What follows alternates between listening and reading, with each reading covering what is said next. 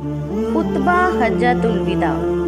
میدان عرفات میں حضرت محمد صلی اللہ علیہ وآلہ وسلم نے جو خطبہ حج دیا تھا، آئیے اس خطبے کے اہم نکات کو دہرا لیں، کیونکہ ہمارے نبی نے کہا تھا میری ان باتوں کو دوسروں تک پہنچائیں۔ نمبر 1، اے لوگو سنو، مجھے نہیں لگتا کہ اگلے سال میں تمہارے درمیان موجود ہوں گا۔ میری باتوں کو بہت غور سے سنو اور ان کو ان لوگوں تک پہنچاؤ جو یہاں نہیں پہنچ سکے۔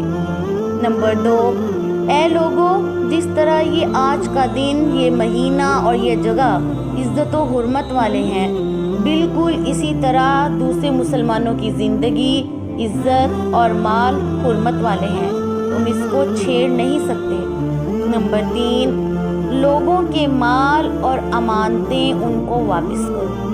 نمبر 4، کسی کو تنگ نہ کرو، کسی کا نقصان نہ کرو، تاکہ تم بھی محفوظ رہو۔ نمبر 5، یاد رکھو تم نے اللہ سے ملنا ہے اور اللہ تم سے تمہارے اعمال کی بابت سوال کرے گا۔ نمبر 6، اللہ نے سود کو ختم کر دیا، اس لیے آج سے سارا سود ختم کر دو، معاف کر دو۔ نمبر 7، تم عورتوں پر حق رکھتے ہو اور وہ تم پر حق رکھتی ہیں۔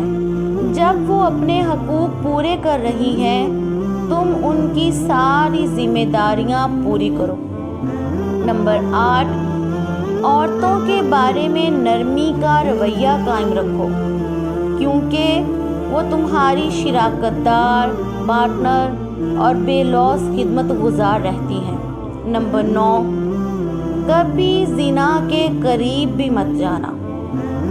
نمبر 10، اے لوگو میری بات غور سے سنو، صرف اللہ کی عبادت کرو، 5 فرض نمازیں پوری رکھو، رمضان کے روزے رکھو اور زکوٰۃ ادا کرتے رہو، اگر استطاعت ہو تو حج کرو۔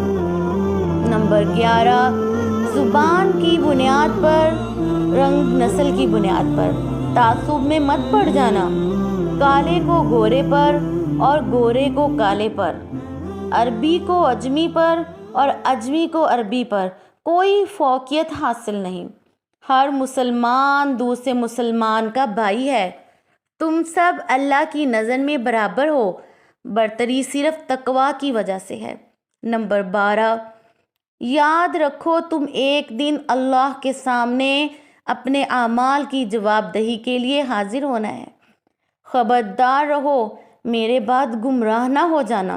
نمبر 13، یاد رکھنا میرے بعد کوئی نبی نہیں آنے والا، نہ کوئی نیا دین لایا جائے گا، میری باتیں اچھی طرح سے سمجھ لو۔ نمبر 14، میں تمہارے لیے 2 چیزیں چھوڑ کے جا رہا ہوں، قرآن اور میری سنت، اگر تم نے ان کی پیروی کی تو کبھی گمراہ نہیں ہو سکتے۔ نمبر 15، سنو تم لوگ جو موجود ہو، اس بات کو اگلے لوگوں تک پہنچانا اور وہ پھر اگلے لوگوں کو پہنچائیں، اور یہ ممکن ہے کہ بعد والے میری بات کو پہلے والوں سے زیادہ بہتر سمجھ اور عمل کر سکیں۔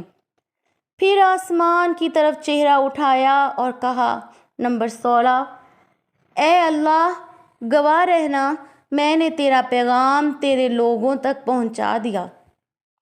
اللہ تعالی ہمیں ان لوگوں میں شامل کرے جو اس پیغام کو سنیں، پڑھیں اور اس پر عمل کرنے والے بنیں اور اس کو آگے پھیلانے والے بنیں۔ اللہ ہم سب کو اس دنیا میں نبی رحمت کی محبت اور سنت عطا کرے اور آخرت میں جنت الفردوس میں اپنے نبی کے ساتھ اکٹھا کرے۔ آمین ثم آمین۔